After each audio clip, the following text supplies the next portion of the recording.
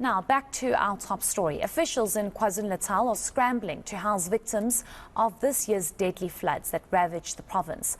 KwaZulu-Natal's Premier Nomsa Dube says climate change could cause further delays in the construction of new housing for flood victims. But she adds earlier warning systems will be installed to monitor the situation. While this announcement was taking place today, the Human Sciences Research Council kick-started its international conference on risk and disaster management.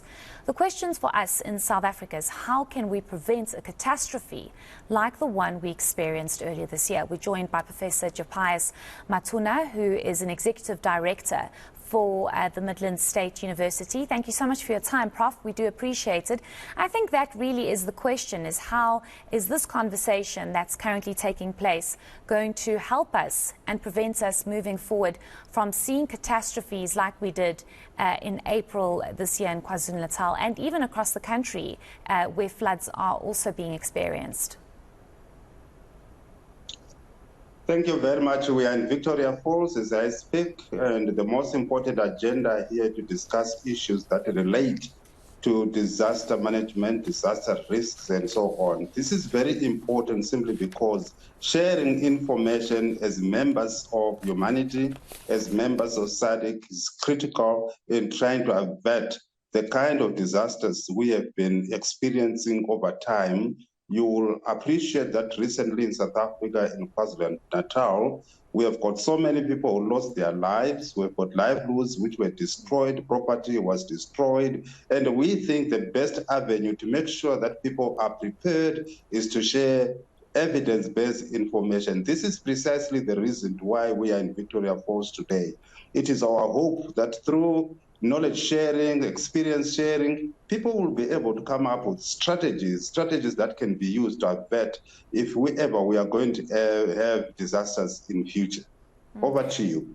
Yes, I'm not sure if this conference has already kick-started, but perhaps you could just tell us who is going to be part of this discussion, because we are seeing global warming happening, and we are seeing a number of countries globally, not just here in South Africa, experiencing unusual weather patterns. And, for example, what we saw happening in KwaZulu-Natal in April with those deadly floods. How will other countries contribute to this conference and this conversation that we could possibly learn from? Because this is definitely a global issue and a bigger issue than just trying to find short-term solutions to prevent these deadly floods from happening, which oftentimes is actually out of our control because it's the weather. Well, thank you very much for that question. We have got people coming from almost all over the world.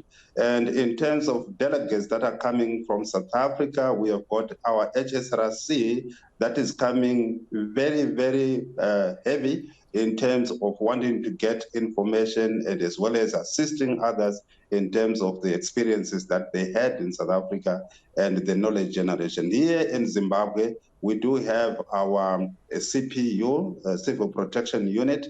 We have got universities that are coming from across the SADC and beyond. And in South Africa as well, we do have the eNCA. We have got also Santam is also coming in. It is realizing the importance of really participating in making sure that society is informed, in making sure that we are in the right direction in terms of dealing with the disasters and hazards that are making life completely difficult for most of us. In fact, for your own information, our environment is becoming more difficult by day simply because of climate change, because of disasters that are also man-made. And it is high time as policymakers, as educationists, as academia, as civil society, as non-governmental organizations, as government institutions, as media, that we come together and find each other. It is no longer time for us to work in isolation or in silos. It is time for us to work together towards a common good, because a better world is good for me, it's good for you, it's good for our future generation. So we really speak the language of creating a better world for all of us. Over to you. Certainly, but Prof, while it's very important to have these conferences and to have these conversations, it's also important to make sure that these these actions are implemented and that countries understand the importance of what role that they can play. Are you confident that this conference will yield the necessary changes and actions needed to avoid something like what happened in KwaZulu-Natal in April this year here in South Africa from happening again? Thank you for that question again. We are quite confident with that, with the kind of energy drive that is pushing us forward, we'll be able to convince our national governments as well as our SADC and other well-wishers to come together and pool resources towards a good, common good for every one of us. We are optimistic, otherwise we would not spend public funds, private funds, and so on in something that we are cocksure that it will not work. We are confident that our resolutions that we are making at this conference will filter through into the policy-making processes at a provincial level, at national level, at regional level, and possibly gradually at continental level and beyond. So we are really, really optimistic, and we are very forceful in terms of wanting to make sure that our voices are heard, the voices of the poor, the voices of the most vulnerable, women, children, the elderly, the disabled, the blind, and so on, is also taken on board when it comes to thinking climate, thinking the future, thinking who we are and how best we can put our resources together and our minds together towards creating a better world. Okay, and just lastly, Prof, thank you. Just lastly, how long is this conference? And for anybody watching that possibly wants to make a contribution or just listen in, how can they do so? The conference is running for 4 days. It is from the 1st of October to the 4th of October.